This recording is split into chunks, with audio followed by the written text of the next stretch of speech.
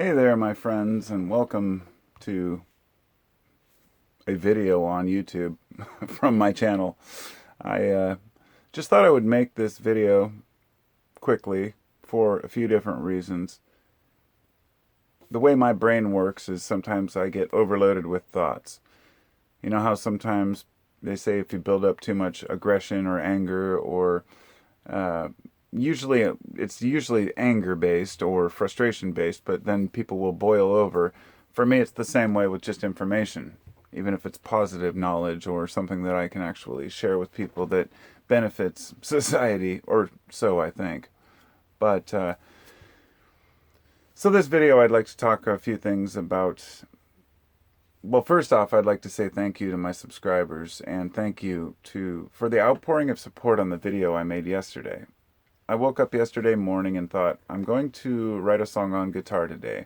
I was inspired by this YouTuber that I saw, her Julia, I can't remember her name exactly, but I posted a link in my community section so people could go to her channel and check her song out. I thought it was really good. She's not the first one. There's a few good musicians that I've found with really small channels. I purposely sought out the small channels. And I was like, these are amazing songs. And me as a musician, I don't consider myself very good. I have not put in the same hours and love as a lot of people have.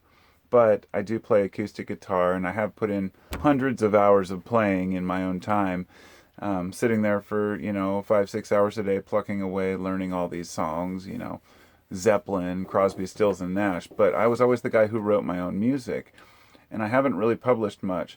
Excuse me. I might have a dozen songs on YouTube, but they're all just random things that came to mind, and I recorded them within the fourth or fifth take, and just said good enough and never played them again. The point is that I got an overwhelming amount of, positive comments, but also, everybody seemed to, even my haters didn't give it a thumb down. I hate to even bring that up, but, I know that I have people out there who are critics of my channel. I just want to say, every year I say this and it just seems to be like pointless, but let's start fresh. Start fresh. My YouTube channel is here for discussions and arguments, debates, and whatever else might come this way. But I really want to keep it fair. I know that I can be a little cocky in the way that I talk about certain beliefs or ideas. And I just want people to know that I really don't mean it often the way it comes across, and that I'm pretty open-minded to most people's thoughts, whatever works for you kind of thing. As I said, so long as it harms no one else. So, before I go on further, I would like to mention today's sponsor. It's my obligation.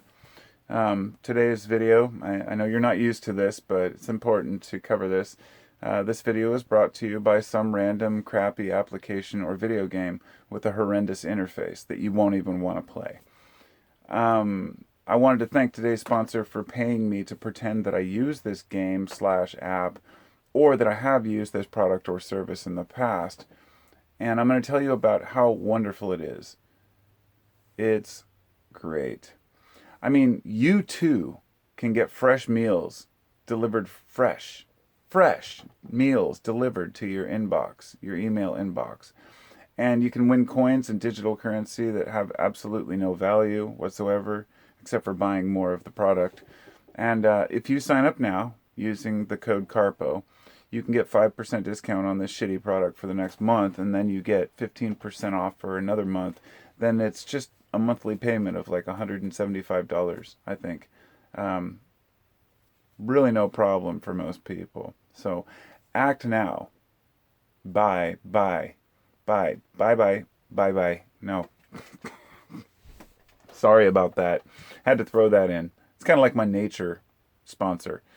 I like to make jokes about it. I figure if I'm not going to have sponsors pay me thousands of dollars to talk about their product, I might as well make one up and joke about a Dollar Shave Club or some kind of crappy VPN address or something. But to move on forward, today, before I get too deep into rambling, I'd like to talk for a minute about something that, this morning that came to mind as I was watching a video. something that was labeled as Rapture ideology. That was the term that was coined. Now, I loved it. I thought, this is perfect, and a perfect description of what I've been trying to convey to a lot of people about how people are doom and gloom and nihilists about the future, and they think that everything's going to collapse. There are different reasons for believing this. It's not that everyone has these ideologies, but some people just see society for what it is. Having issues, desertification, food problems, migration, population, all these are issues, but it doesn't mean it's doom and gloom. So the video I was watching, I don't remember what it was. I think it may have been Big Think, but it broke it down into four basic descriptions or four basic characteristics of a rapture ideology. Now, when I say that, it means basically like some religions are rapture ideology, believing there's a second coming or the end times. Certain cults, like the Heaven's Gate cult, people who do, have mass suicides, or else just an idea that they're going to, well, I'll get into that. The four characteristics. The first characteristic of one of these groups is that the end is coming, and that they have to move into a new way of being. In other words, it's either another dimension or a heaven or some sort of a place where humans right now aren't exactly where they're going to be later, and that the place we're going later is more important. The second thing, besides the end is coming and that we have to, that we want to be there, is that the end is near. That it's always near. Every century there's a new group who believes that it's the end times. It happened in 1900, in 1800, all the way back to, every century, any numbers that come up, 5, 12, 12, 12, and, 5, 5, 0, 5, all these things people will pretend like it means something, and it really doesn't. These are all just numbers based on the Gregorian calendar. But more than just the numbers, that people always believe that around the corner is the apocalypse. Now, apocalypse doesn't mean destruction, explosions. A lot of folks misunderstand it. It really just means an unveiling. Like literal translation is like unveiling or revealing of the truth. So we have that the end is coming and that it's going to take us to a different place. The next is that the end is near. It's going to happen in our lifetime. The third one, which is one of the most arrogant aspects of it, is that you're either going to be one of the survivors or you're going to help the survivors. And I think most people believe in a lot of these groups that they are going to be the survivor, but I can't say that for all, because I realize that in the Jehovah's Witnesses, they, in their beliefs, think that only 144,000 people are going to heaven. Therefore, they know, and they're taught, that not all of them will make the cut. But I think deep down inside, everybody wants to make the cut. And the fourth aspect, or the fourth characteristic of the rapture ideologies, and this is the one that really makes the case and the whole discussion for what I'm going to be talking about here, is that because it's the end times, because we're not concerned about this reality, but the next, whether it's interdimensional or heaven related, we don't tend to worry as much about the planet, about our fellow people, about others, because there's this idea that everything's going to perish anyway. Now, I haven't seen this any clearer and more obvious than I have with evangelicals, which I've heard many of them interviewed, the extreme evangelicals, who say, well, when they're asked about the environment or global warming, climate change, whatever you want to call it, they will say, not that they don't believe it's happening, but they'll often say, well, this may be happening, however, I believe that God knows what he's doing and God will make this right, and there's others who even believe that it's important to usher in this destruction. Like, Mount Sinai and many of these, places where people want to have their temples built. Not even to go into that, because it's important to people. Their religion is important to them. But it always comes at the cost of someone else. So here's the reason why rapture ideologies are a problem. The first one is the fallout, the arrogance of knowledge, about believing that we know something that most people don't. Now, let me just say there are some groups that do have inner knowledge about certain topics.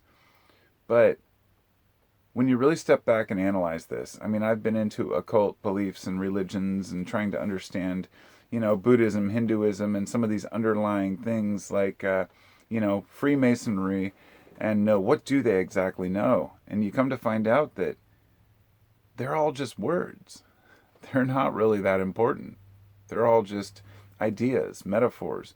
It's an idea of an arrogance of pretending like your knowledge is actually more beneficial than the knowledge of a farmer. And let me tell you, no matter how much occult or spiritual or meditation knowledge you have, if you can't grow your own food or fish, you're going to die in certain cultures. So that's an important one to remember, is that even if you do have knowledge, it's not about saying, I do know and you don't. It's about sharing that knowledge. So if that knowledge is there, share it. The next one and the next issue is problem with these ideologies are disrespect for other people's opinions, disrespect for any other theories. Now, this is never any clearer than in religion, when we see how religions treat other religions. And this isn't always true with all religions, but many religions force them to say this is the only true religion. And if you take any other god or any other belief or even read about these subjects, then you're somehow a sinner. And I'd say no matter what you believe, I won't fault you. I'm accepting of all religions, and that took me a while to really get to. But I also say you have to at least be willing to let your people within your congregation or your group look at other teachings. Like Scientology is a perfect example of a closed-off group that won't even let their people look at the internet, because then they'll find out how fucked up and corrupt Scientology is. And the next problem with these ideologies, and this is probably the crux of my discussion, the pinnacle of the main point that I wanted to make, which is that you have to create an enemy, a scapegoat. It has to be an us versus them mentality for it to work. And I think everyone can agree that we're seeing that a lot more in society. With religion, it's always been a matter of separating yourself, having your own communities, saying, hey, these Mormons are weird, we're Christians, or hey, those Christians are weird, we're Mormons, or hey, we're atheists, or we're Hindus. But with the internet, it's opened up many borders that we didn't have before. And I'm not talking about borders between countries, but borders between mindsets, between people's way of thinking, and open to criticism. It's changed the way that we interact with one another. So finding an enemy hasn't gotten better since we started interacting more online. It's actually become worse because people dig in deeper when others criticize them or don't believe what they believe. We end up with things like Satan. In today, April 27th, 2021, there are still probably billions of people on this planet who believe in Satan or the devil. And at least some of you probably are thinking right now, well, you don't, you should. Satan is there, And I'm not saying I don't believe in bad, I don't know, I can't even call it evil or bad, but energies that are what we would consider evil. Look, my philosophy goes into interesting Buddhism and seeing things for not what we want them to be, but what they really are. The big picture. That we don't know what the universe wants. In other words, to put it bluntly, like I don't know if somebody slaughtering a whole culture is what nature wants, or if murder is part of God's plan, if there's a God. I don't know these things, and I don't try to pretend that I know. What I do know is that when we create a scapegoat out of other human beings, it never serves any purpose. The only people who we should be opposed to and against are the ones who go against what we truly know and agree across cultures is wrong. Harming other people without reason, abusing people, taking advantage of folks, scammers, thieves, liars. We need a society that works. There are certain things you should not do. Bearing false witness. I'm not a Christian, but the 10 Commandments, or the 3 Commandments, as George Carlin would say, don't steal, don't kill, and don't be an asshole. pretty simple. But I feel like what we're doing is often going against nature. In other words, trying to resist change because we want to protect our side or our belief system. So often, when people believe that the end times are coming, it's really hard for them to see that there might be anything different than the reality of what they believe. Satan is nothing more than a scapegoat or a metaphor or an idea for the stupid things that humans do because they're lack of education, lack of insight, lack of awareness. It's ignorance. So, as I said before, the types of this type of rapture ideologies, there is religion, as I said before. I can't tell you how many Christians I've talked to who have said, you should read Revelation. And my thought is this: I have several copies of the Bible. I've read a lot of them, but not all of it. I have a commentary on the Bible up here, and then the book of Mark, a bunch of different biblical texts, as well as part of the Bhagavad Gita, and a study about Judaism and the Kabbalah.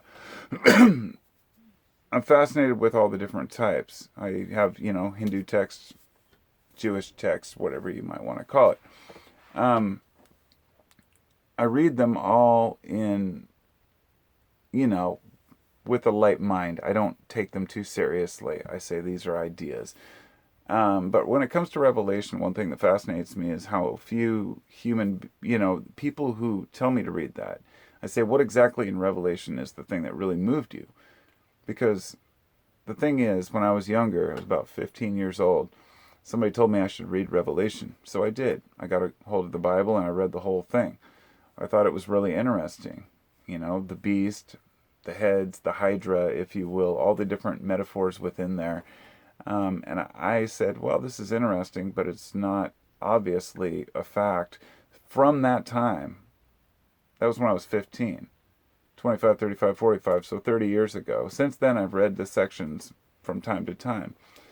I even have a copy of the Necronomicon, not the original apocryphal or, satanic text, but the stories from H.P. Lovecraft, Call of Cthulhu, things like that. But it's fascinating because I love to look at the light and the dark and realize that the Christianity aspect is often dark. They want to dwell on the dark. It's like, why are you focused on revelation? Why are you focused on punishment? Why not be focused on love and dancing and caring? And, I feel it's because of that rapture ideology that often people don't feel comfortable in their own mindset at the moment. Therefore, they kind of push it off into society by saying it's society's problem, it's the government, it's somebody else who causes the way I feel right now. Beyond religion, there's also cults. As I've said before, there are a lot of doomsday cults who believe that the end is coming and is near. And there's a form of nihilism that is within there that kind of helps this exist, I guess. But not the good kind of nihilism. It's like they take it and they don't apply it properly. Because I appreciate nihilism. It's actually helped me immensely in my life when I understood what it really was. It's not saying nothing matters. It's realizing that nothing matters unless you make it matter, and then creating a world that matters to you. It's really that simple. There's nothing more to it, at least the way I apply it. And so another aspect, the final aspect here, is that a lot of the reason all these things happen is a willful ignorance of nature and natural processes, natural laws. It's a get what you can attitude. In other words, let's say your business is raping the forests for resources. You're going to make any excuse you can to justify that. You're going to say, well, God wanted me to be wealthy. If you have several private jets and you're a evangelical priest and you say, or preacher, not a priest, sorry. And you say, hey, well, God wanted me to have these things. There's not a lot people can really say to that, We have to be smarter as a society. We have to not buy into anyone's bullshit, especially not groups. The Mormons, the Scientologists, the Catholics, the evangelical groups, the fake-ass faith-healing preachers. Now look, I believe in placebo. I also believe in the power of the mind. And I believe that there are a lot of people who prey on this. They prey on the fears of the mind as well by convincing people that the end times are coming and that you better put money in their pockets, or else you're going to not be part of the end times joy in this big dancing kumbaya fire when everybody else is burning. On another final note, I'd like to say that always fascinated me, that there were people who aren't just hung up on figuring out that their way to live for eternity, but their discussions center around telling others that they will be burning in hellfire. And believe me, I've had my share. I've not just had reverse racism thrown at me. I've had, reverse hatred from religion thrown at me. In other words, for the fact that I'm an atheist, even if I don't say anything bad about somebody's religion, I get attacked. And I know people might say, you're an atheist. Oh, no, you're agnostic, or you're a pantheist. Look, I believe the universe is conscious, but I don't go beyond that. In other words, there's something going on out there I can't understand. I'm part of this amazing, amazing existence. And this life I know that I'm living right now is what matters the most, because it's the only thing I know for sure. So, what else can I say? Not a lot. It's turned into a long video. I appreciate you coming along and taking your time to listen, and I will talk to you motherfuckers next time.